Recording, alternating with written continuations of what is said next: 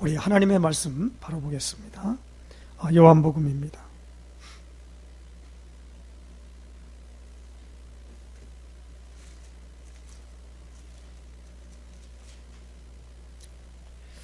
요한복음 1장 19절에서 34절까지 말씀 봉독해 드리겠습니다. 유대인들이 예루살렘에서 제사장들과 레위인들을 요한에게 보내어 네가 누구냐 물을 때에 요한의 증언이 이러하니라.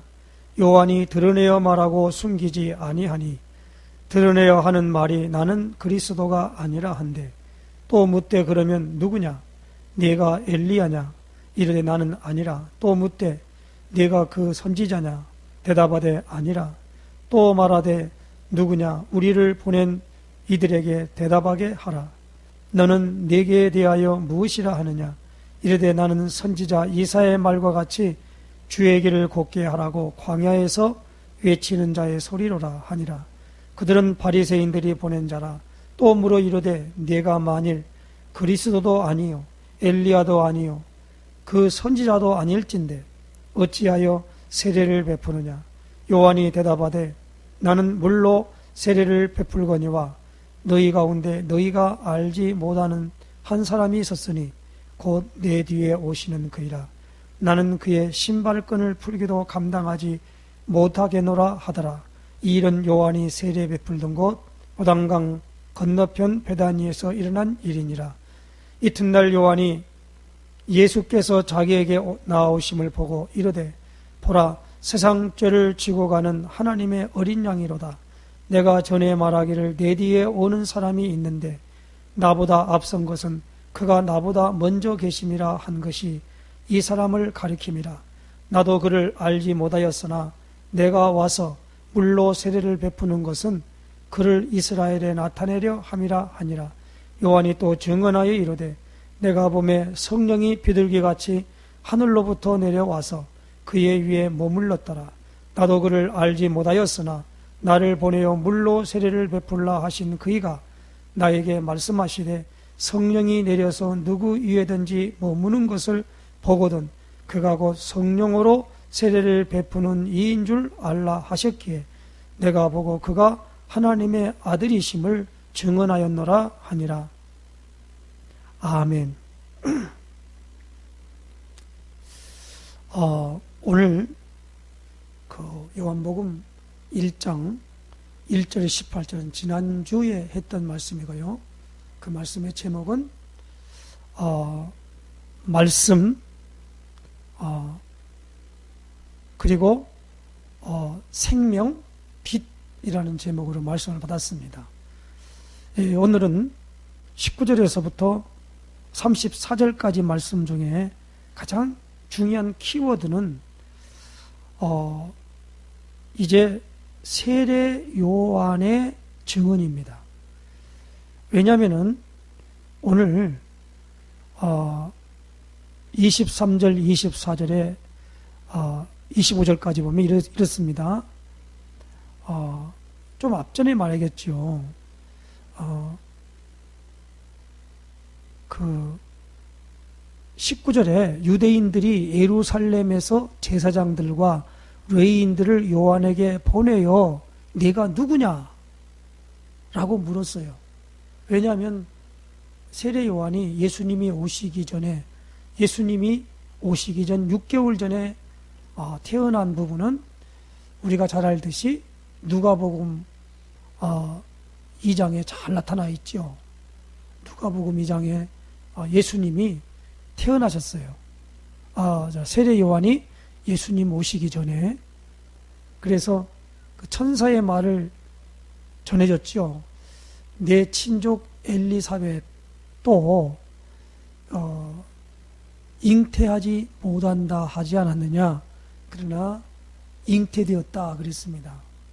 그러니까 하나님의 모든 역사가 그렇죠. 예를 들면 구약의 아브라함도 사실 사라의 태에 죽은 것 같음을 알고도 믿음이 약해지지 아니하고 명년 이맘때에 내게 아들이 있을 것이다 라고 하는 말을 듣고 그대로 성취되었지요. 그러니까 똑같습니다. 그 엘리사벳, 세례 요한의 어머니 엘리사벳도 그 남편 사가라인데, 사가라가 제사장이거든요. 그런데 그 제사장이 성전에서 예식을 행하다가 그만 말문을 닫아버렸죠. 그리고 거기에 대한 부분의 것들로 이상을 보게 됩니다. 그래서 엘리사벳이 잉태가 되어가지고 이 예수님을 그 탄생을 예수님이 그 안에 잉태된 것에 대하여 알려주러 왔던 천사가 엘리사벳도 그렇게 잉태 못한데 잉태되었다. 내 친족 엘리사벳도. 그래 가보니까 실제로 그가 성령으로 기도하는 내용들을 누가복음에는 기록하고 있습니다. 그러니까 이제 예수님이 나타나기 전에 세례 요한이 나와서 광야에서 세례를 주니까 유대인들이 예루살렘에서 제사장들과 레위인들을 요한에게 보냈어요. 네가 누구냐라고 물었습니다. 그러니까 요한이 하는 말이 이렇게 말합니다. 23절이죠. 나는 선지자 이사야 말과 같이 주의 길을 곧게 하라고 광야에서 외치는 자의 소리로라 그랬습니다. 그러니까 지금 그 예수님 당시도 그랬지만은 그 바리새인들은 사사건건 예수님에 대해서 시비를 걸었지요. 그리고 그 바리새인들이 이제 세례 요한에게 물었습니다. 뭐라고 하냐면, 그러면 네가 만일 그리스도도 아니요 엘리야도 아니요 그 선지자도 아닐진데 어찌하여 세례를 베푸느냐 그랬습니다. 세례를 베푸느냐. 그런데 요한이 오늘 말한 말이 굉장히 중요한 말입니다. 26절에 나는 물로 세례를 베풀거니와 그랬지요. 베풀거니와 그랬습니다. 그런데 그 세례를 베푸는데 물로 세례를 주지만은 예수님은 성령으로 세례를 주시는 분이라는 거예요. 그래서 여기 33절에 나오지요.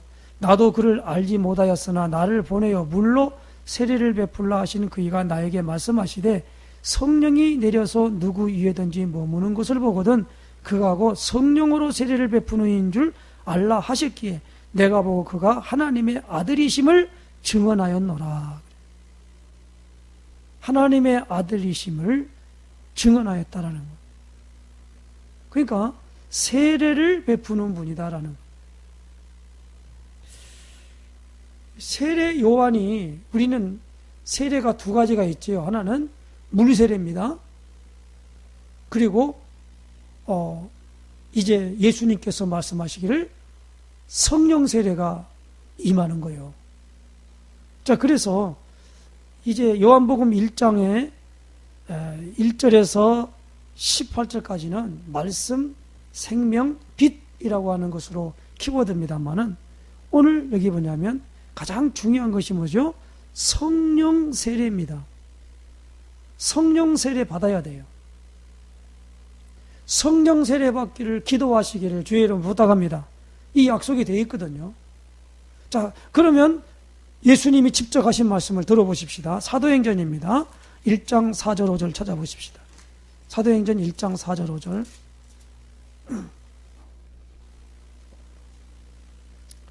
같이 읽겠습니다. 시작. 사도와 함께 모이사 그들에게 분부하여 이르시되 예루살렘을 떠나지 말고 내게서 들은 바 아버지께서 약속하신 것을 기다리라.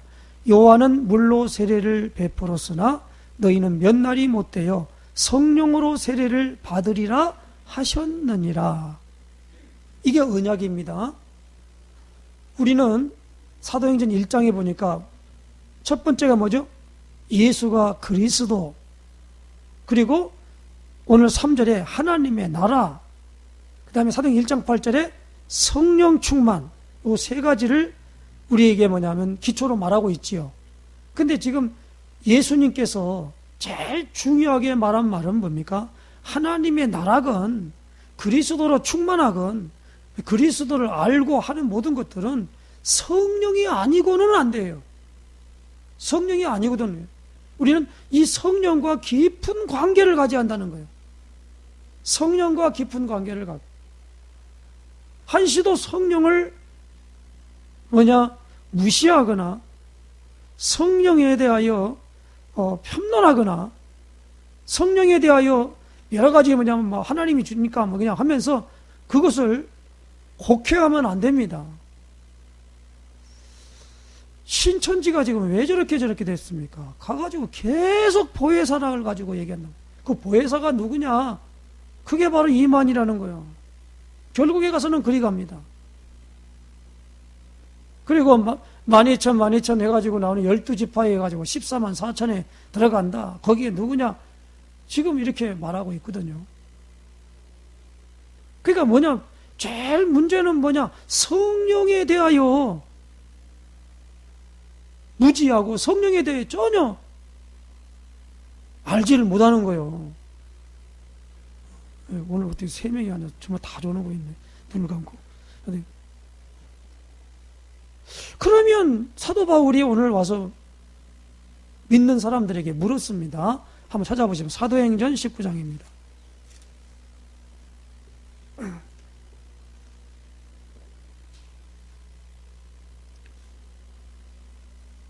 사도행전 19장 1절에서 2절 3절까지 같이 읽겠습니다. 시작. 아볼로가 고린도에 있을 때에 바울이 이주방으로 다녀 에베소에 와서 어떤 제자들을 만나 이르되 너희가 믿을 때에 성령을 받았느냐? 이르되 아니라 우리는 성령이 계심도 듣지 못하였노라.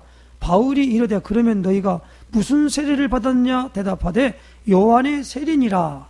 그렇죠? 요한의 세례, 물 세례 받았단 말이에요. 오늘 여기 나오는 세례는 뭐냐면 지금 이 신흥경, 신영천은 이 유아 세례를 받았기 때문에 물 세례 안 받았어요. 그 물 세례를 본인이 지금 체험을 못했단 말이에요. 그리고 나중에 보면 천주교에서는 유아 세례 받은 사람에게 나중에 견진성사라 그래요. 13세가 넘으면 견진성사를 해가지고 이제 뭐냐면 이 교회의 입교인으로서 이제 받아들이면서 진행하거든요. 그 우리도 똑같이 그 모든 곳에 있어서 그런데 유아 세례 받은 사람은 세례에 대한 걸 몰라요. 그러나 나는 청년 때에 예수를 믿었기 때문에 세례를 받았고 그것도 침례를 받았어요. 푹 담그는 침례를 받았단 말이에요. 어떤 사람은 약식 세례를 받기도 하고. 그러니까 이런 부분에 세례를 받았단 말이에요. 그러니까 세례 요한에게 와서 세례를 받는데 세례를 받는단 말이에요. 주의 길을 걷게 해서니까 사람들이 막 세례를 받으니까 바리새인들이 와서 물었단 말이에요. 네가 도대체 누군데 세례를 주냐 이거예요.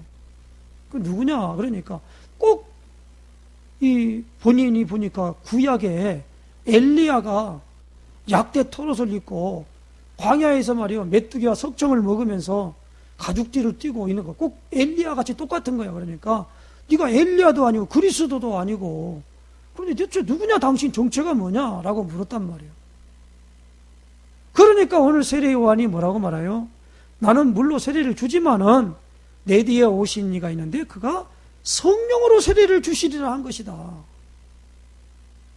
그래서 세례 요한이 하는 일이 뭐냐면 그 내 뒤에 오시는 그분을 내가 나타내려고 먼저 보냄을 받은 것이다 라는 거예요.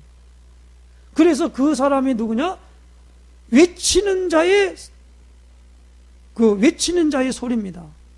전도자 세례 요한은 주님을 나타내 보여주는 거예요. 거기에 회개하라 천국이 가까이 왔느니라 그랬습니다. 예수님도 천국이라고 하는 것인데 정동수 목사님 같은 경우는 천국이라는 거 그러니까 왕국이라는 표현으로 하더라고요. 그게 킹 제임스 버전에 있는 것의 바른 번역이죠. 이게 왕국. 이게 왕국이라는 말을 여호와의 증인들이 왕국의 관이라고 하거든요. 그들은 쓰고 있는데 우리는 안 쓰다 보니까 좀 색다르다 보니까. 그런데 하나님이 다스리며 통치하는 영역이 왕국이죠. 그게 그래서 왕국이 맞아요. 천국보다는. 하늘 천에 있는 어떤 나라다 그렇게 하는 거 봐도 왕국이 맞단 말이에요. 왕이 다스리니까. 그러니까 회개하라 왕국이 가까웠느니라 그렇게 말하는 거 맞단 말이에요. 사람들이 그 말에 전부 회개하고 잡아가고 세례원에 와서 세례를 받아보니까 바리새인들한테 물었단 말이에요. 그러면서 이제는 뭐냐, 자기는 물론 세례 주지만은 그 세례 주는 것은 펴고 나타내게 하는 것이고 이제는 성령으로 세례를 주는 사람이다. 그 자기는 아무것도 아니라, 그러니까 절대 세례요한 앞으로 이끌면 안 돼요. 오늘날도 목사의 일과 전도자의 일은요, 자기를 나타내는 게 아닙니다. 누구를 나타내요? 어쩐지 예수가 그리스도이심을 전달하고 그것을 이것이 문이 열리도록 하는 일에, 기도에 집중을 해야 된다는 겁니다. 어떻게든지 예수가 그리스도이심을 알아보고 그 이름으로 세례를 받고 그 통치함을 받는 사람을 만드는 거예요. 오늘 우리 세례 요한의 증언을 우리가 믿어야 됩니다.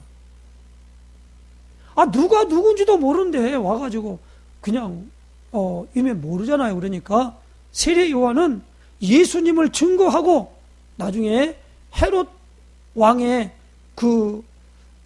헤롯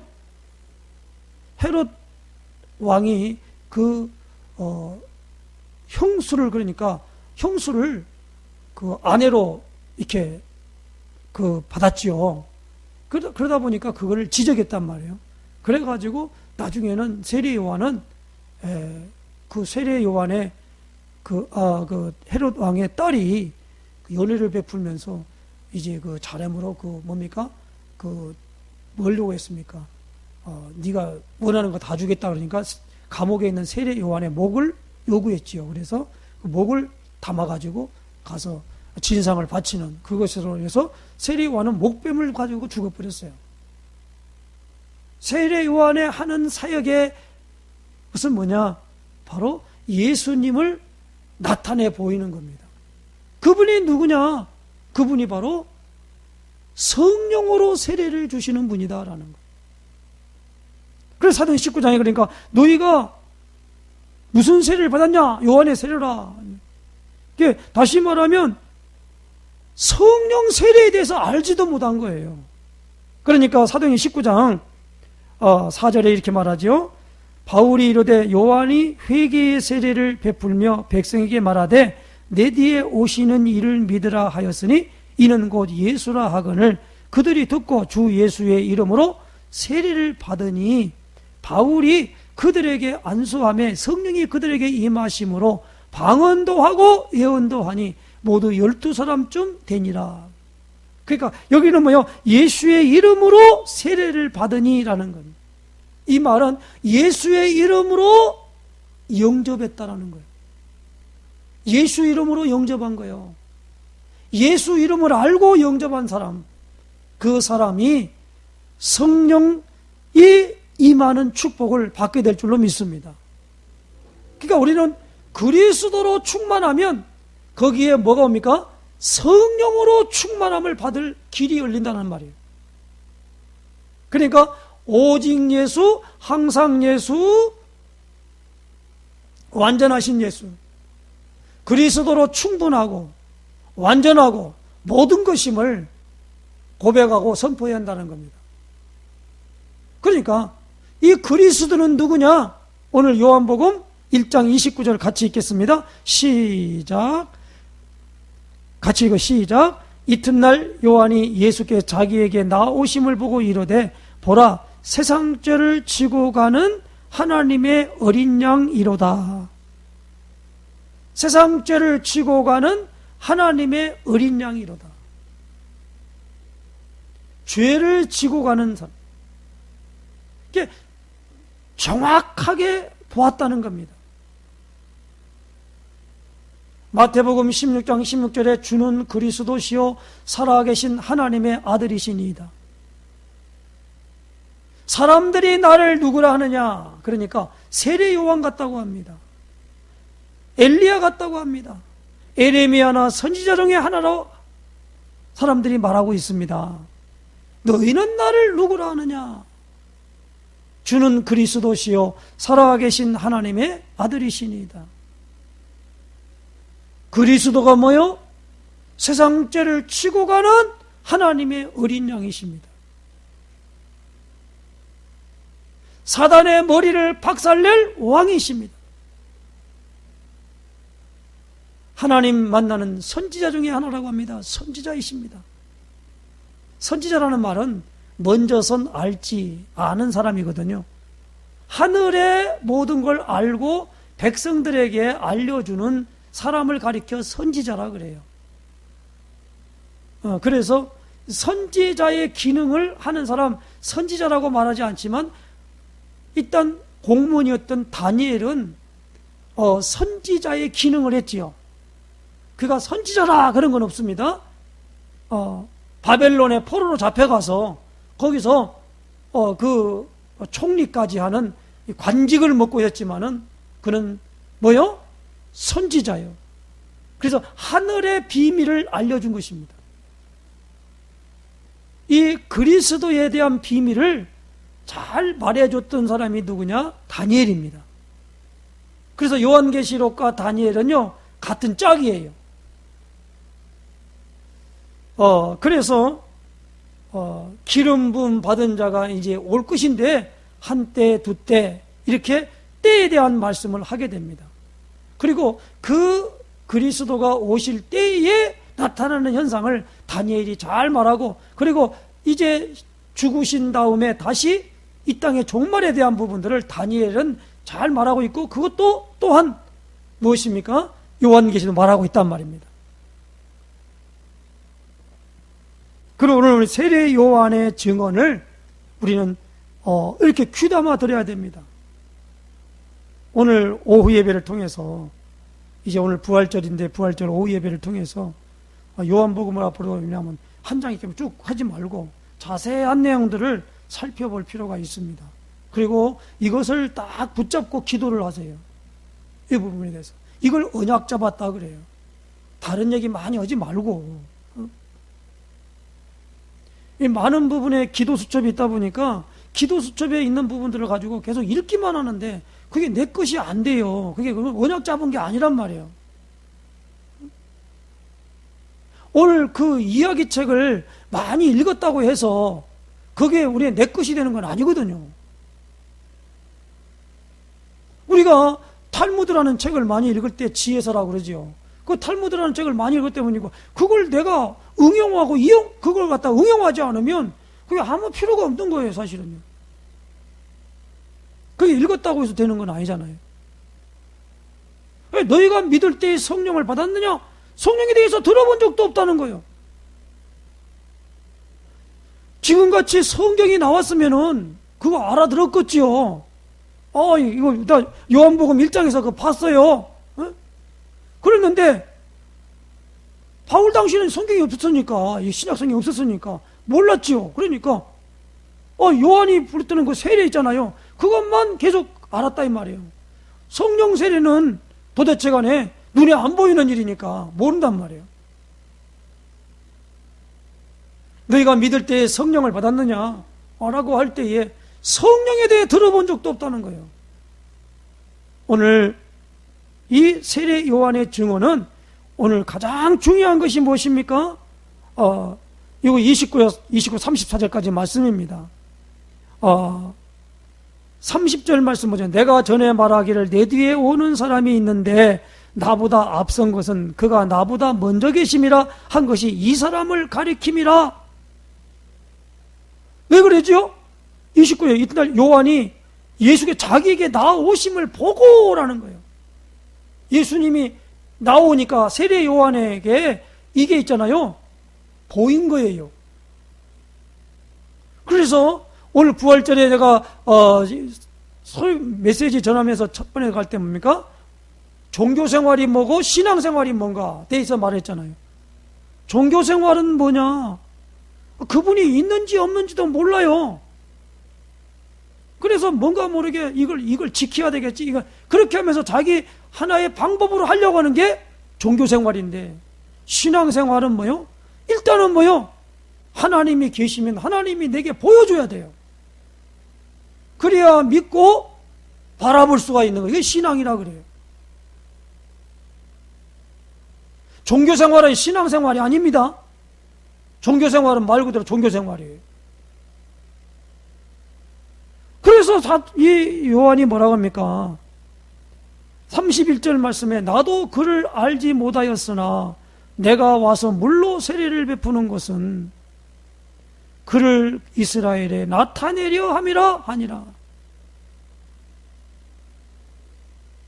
아까도 말씀했습니다만은 19절에서 이 18절까지 말씀해 보면 바리새인들이 보냈지요. 바리새인들이 유대인들이 제사장과 레위인들을 요한에게 보내가지고 물었어요. 네가 누구냐라고 하니까 그때 자기는 그리스도도 아니고 뭡니까? 이 부분으로 말미암아 이제 그 27절 말씀에 나오죠. 곧 내 뒤에 오시는 그이가 나는 그의 실방끈을 풀기도 감당하지 못하겠노라 하더라 그랬단 말이에요. 그 말을 했는데 오늘 그렇게 말한 사람이 이제 왜냐하면 사람이 자기에게 나온 거예요. 그러니까 이 세례 요한이 거기 세례 주는 요한이라서 세례 요한입니다. 요한에게 뭐냐면 이 사람이 바로 이 사람이다라고 딱 지정한 거예요.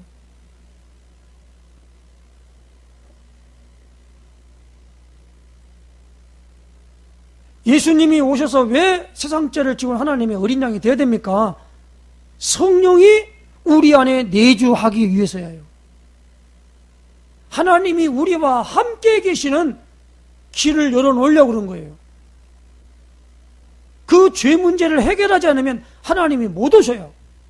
그래서 그 해결을 우리가 뭘 착한 일, 선한 일 많이 해야 그것이 해결된다면 그게 법이겠지. 그러나 그런 게 아니란 말이에요. 이건 사람의 방법이 아니라 하나님의 방법이에요. 뭐요? 죄 없는 분이 오셔서 죄를 완전히 그 죄에 대한 대가를 지불해야 된다 이 말입니다. 그렇기 때문에 대가를 지불해야 하기 때문에 분명한 말이나 죄의 대가를 지불하는 것이지 사단에 대한 배상서를 주장하면 다 아니다 이 말이에요. 어떤 사람은 그 사단 배상서이라고 그래요. 사단은 여기에 관계할 것이 없어요.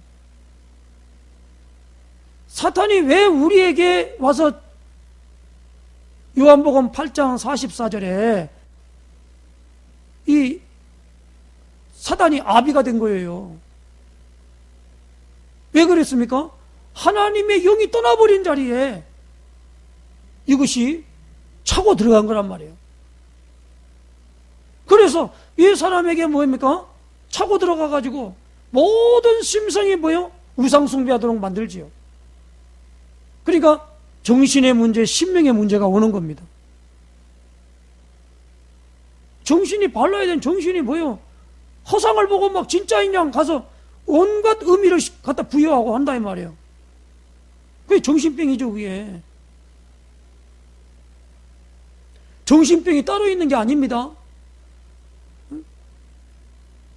어떤 것에 집착하잖아요. 그건 정신병이에요. 우리는 집착과 집중은 달라요. 어떤 사람은 뭐예요? 그냥 막 집착을 하는 거예요. 그게 정신병입니다. 일종의.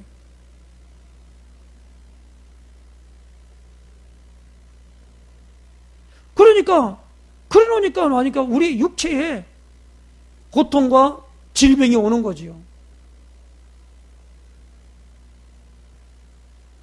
자기에게 있는 앞날의 모든 것들이 무엇인지 모르니까 미래에 문제가 오는 겁니다. 그리고 뭐요? 자기만 그런 게 아니라 자기 후대까지도 그런 문제로 말미암아 저주를 받게 되는 거지요. 우리가 마태복음 26장 25절에 보면은 그 예수를 십자가에 못 박은 그 핏값을 우리 후손에게 돌리라고 아주 말을 한 거 있지요. 저주받을 짓을 하고 있어요. 한번 찾아보십시다. 마태복음 27장 25절. 25절 말씀입니다. 20장 25절 같이 읽겠습니다. 시작. 백성이 다 대답하여 이르되 그 피를 우리와 우리 자손에게 돌릴지어다 하거늘. 그랬죠? 이 말만 하면 또 앞뒤 좀 모르니까 24절 보십시다. 빌라도가 아무 성과도 없이 도리어 밀란이 나려는 것을 보고 물을 가져다가 무리 앞에 손을 씻으며 이르되 이 사람의 피에 대하여 나는 무죄하니 너희가 당하라. 백성이 다 대답하여 이르되 그 피를 우리와 우리 자손에게 돌릴지어다 하거늘. 이에 바라바는 그들에게 놓아주고 예수는 채찍질하고 십자가에 못 박히게 넘겨주니라. 강도나 이런 것들은 다 놓아주고 있잖아요. 여기 바라바 강도는 놔주고 예수는 채찍질하고 십자가에 매달았잖아요. 오늘 이 부분에 대한 분명한 부분을 알아들어야 됩니다. 이제 우리는 폐일은하고 성령 세례에 대하여 성경을 보면서 사모해야 돼요. 성령의 역사와 성령의 인도와 성령의 이 모든 것들을 알지 못하면 미안합니다.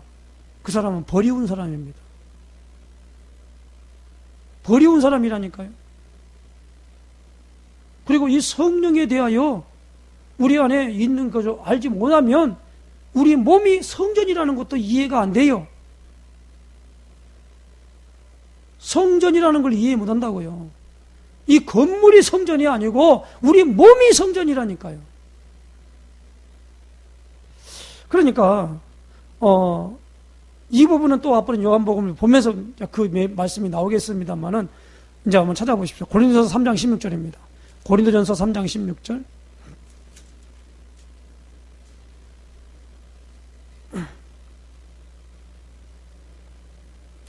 (16절) 17절까지 같이 읽겠습니다. 시작. 너희는 너희가 하나님의 성전인 것과 하나님의 성령이 너희 안에 계시는 것을 알지 못하느냐. 누구든지 하나님의 성전을 더럽히면 하나님이 그 사람을 멸하시리라. 하나님의 성전은 거룩하니 너희도 그러하니라. 그렇죠. 그러니까 성령에 대하여 알고 성령을 의지하고 성령에 대하여 가져가는 사람은 똑같이 뭐요? 우리 몸이 성전이 되는 것입니다. 왜? 성령을 담는 그릇이기 때문에 그래요. 그래서 우리 몸을 자체를 거룩하게 하는 거예요. 그러니까 이렇게 되다 보니까 어떤 사람이 그랬다고 그러잖아요. 이 군대 가면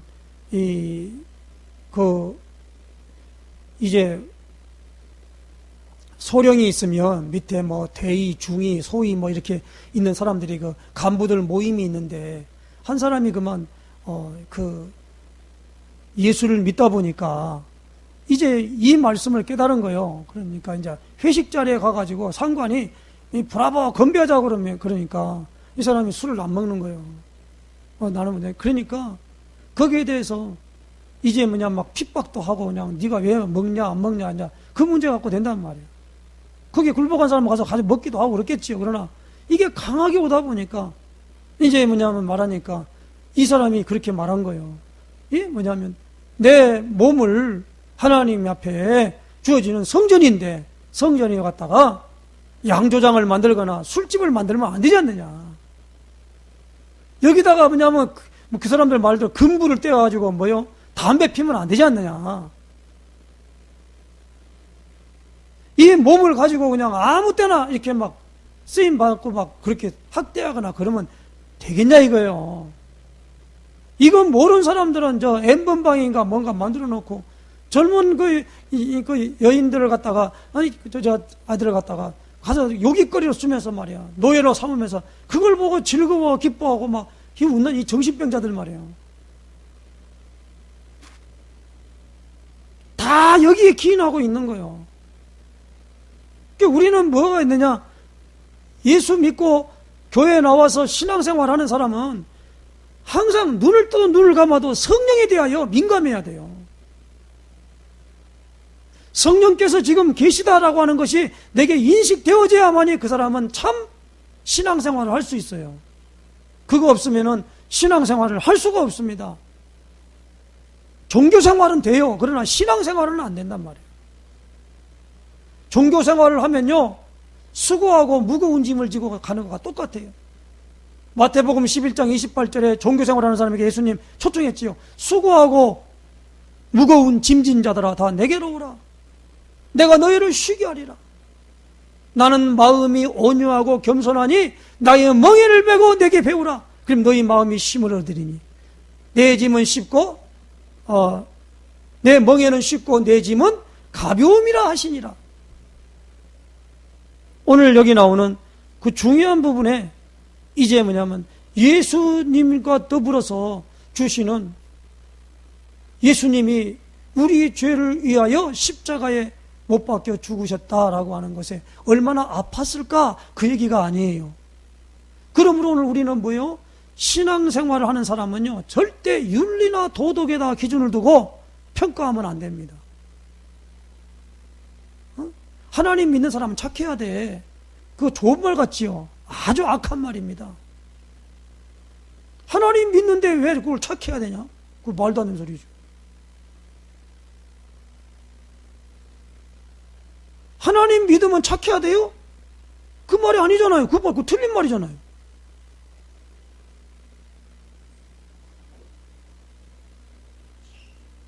하나님 믿는 사람이 왜 저럴까? 그렇게 말한 사람이 있어요. 그 말 한 사람도 이상한 말이야, 그게.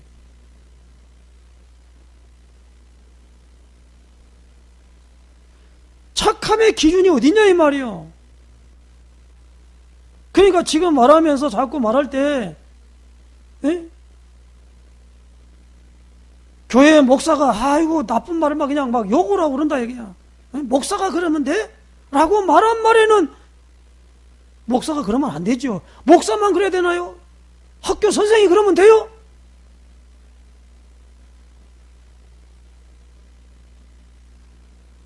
아니, 저기 있는 대통령이 그러면 되냐고.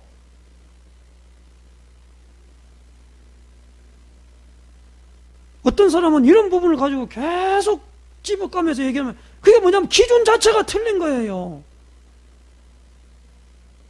종교의 기준과 그것을 가지고 말하다 보니까 그 안에는 뭐가 없느냐? 하나님 없는 거예요, 그게. 그러다 보니까 이 부분이 굉장히 중요한 얘기란 말이에요. 그렇게 하는 것들은 다 뭐예요? 사라져야 돼요. 세례 요한은 그렇습니다. 나는 쇠됐고 그는 흥하여야 하리라. 그리고 오늘 여기 보면 뭡니까? 이 요한복음 1장 오늘 다시 한번 봅시다. 복음이 마치겠습니다. 여기 보니까 27절 맞습니다. 곧 내 뒤에 오시는 그이라 나는 그의 신발끈을 풀기도 감당하지 못하겠노라 하더라. 신발끈을 풀기도 감당하지 못하겠노라. 이거 굉장히 중요한 말씀이잖아요. 응? 그는 흥하여겠고 나는 쇠하여야 하리라.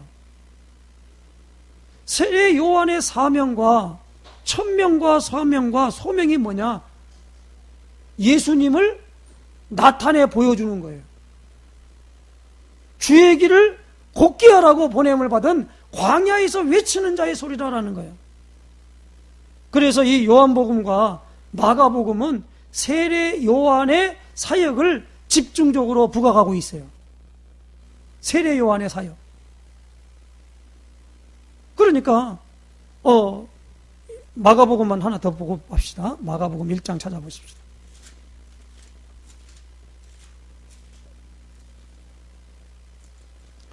1장 1절에 하나님의 아들 예수 그리스도의 복음의 시작이라 선지자 이사야 그래 보라 내가 내 사자를 네 앞에 보내노니 그가 내 길을 준비하리라. 광야에 외치는 자의 소리가 있어 이르되 너희는 주의 길을 준비하라. 그의 오실 길을 곱게 하라. 기록된 것과 같이 세례 요한이 광야에 이르러 죄사함을 받게 하는 회개의 세례를 전파하니 온 유대 지방과 예루살렘 사람이 다 나아가 자기 죄를 잡아가고 요단강에서 그에게 세례를 받더라. 그러면서 요한은 낙타털 옷을 입고 허리에 가죽띠를 띠고 메뚜기와 석정을 먹더라. 이 사람이 누굽니까? 바로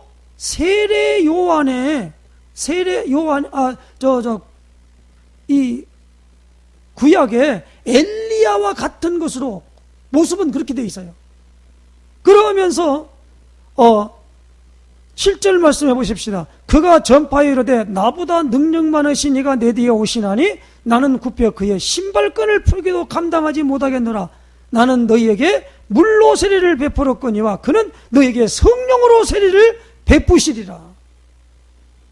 성령으로 세례를 베푸시겠대요. 그러니까 우리는 반드시 교회에 와서 예수 믿는 표로 물세례 받아야 되고, 그리고 자동적으로 성령 세례도 받아야 될 줄로 믿습니다. 물세례를 안 받아도 성령 세례부터 임한 사람도 있어요. 그러니까 여기에 대한 모든 부분들로 말미암아 이제 나가는 모든 우리는 전도자는 세례 요한의 사명인 줄로 아시기 바랍니다. 모든 사람들에게 예수님이 누군가를 잘 나타내 보여주는 그게 전도자의 삶이에요. 그러니까 전도를 하려면은 뭐라고 그럴까, 행동이 발라야 돼. 그건 전도자의 일이 아닙니다. 행동 바른다고 무슨 가서 내 착한 행실을 보고 하나님께 영광을 돌리는 일은 있겠지만은 그건 전도자는 그게 아니란 말이에요. 어쩐지 예수님을 나타내 보여주는 거예요. 예수님을 알도록 내가 가서 다리 역할을 하는 거예요. 그게 세례 요한의 사명인 줄로 믿습니다. 오늘 제목이 세례 요한의 증언이에요. 이 증언을 받고 승리하는 역사 있으시기를 주의 이름으로 축원합니다. 기도하겠습니다. 하나님 감사합니다. 오늘 주일 오후 예배를 통해서 세례 요한의 증언을 우리 요한복음 1장 19절로 34절 말씀을 통하여서 살펴보았습니다. 하나님, 오늘 우리에게 성령 세례에 대한 깊은 아버지 하나님이여 이제 하나님 앞에 구하고 찾고 두드릴 수 있도록 인도해 주시기를 원합니다.